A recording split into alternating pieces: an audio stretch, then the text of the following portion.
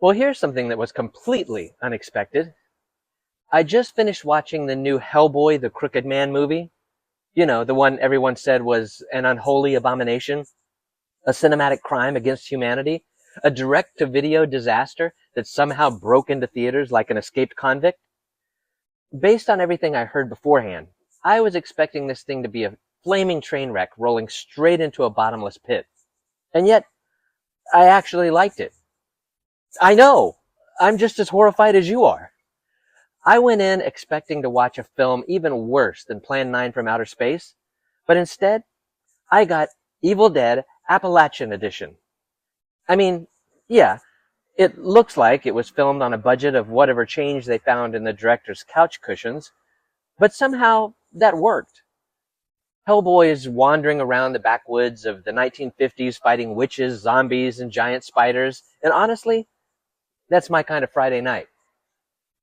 Now let's address the elephant in the room, or rather, the Hellboy-sized hole left by Ron Perlman. Look, I get it. He is Hellboy. But this version, he's younger and rougher.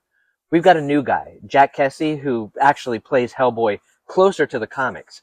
Less grumpy dad energy and more just trying to figure out what the hell I'm doing with my life while demons keep throwing hands with me. And while Del Toro's movies were all about whimsical fantasy and fairy tale creatures, this one is straight up folk horror nightmare fuel.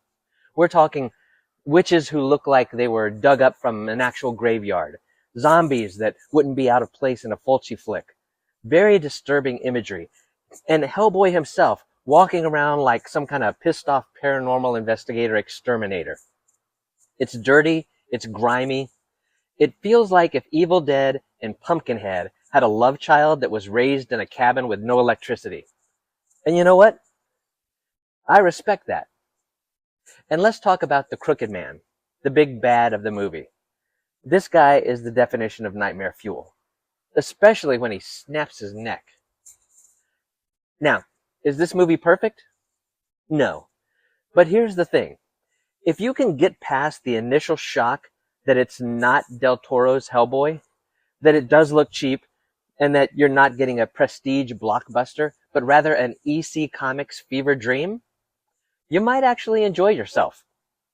I get why people were mad, but this is a gnarly, bloody, backwoods horror flick with practical effects, a demonic baddie, and Hellboy getting into fistfights with witches and zombies.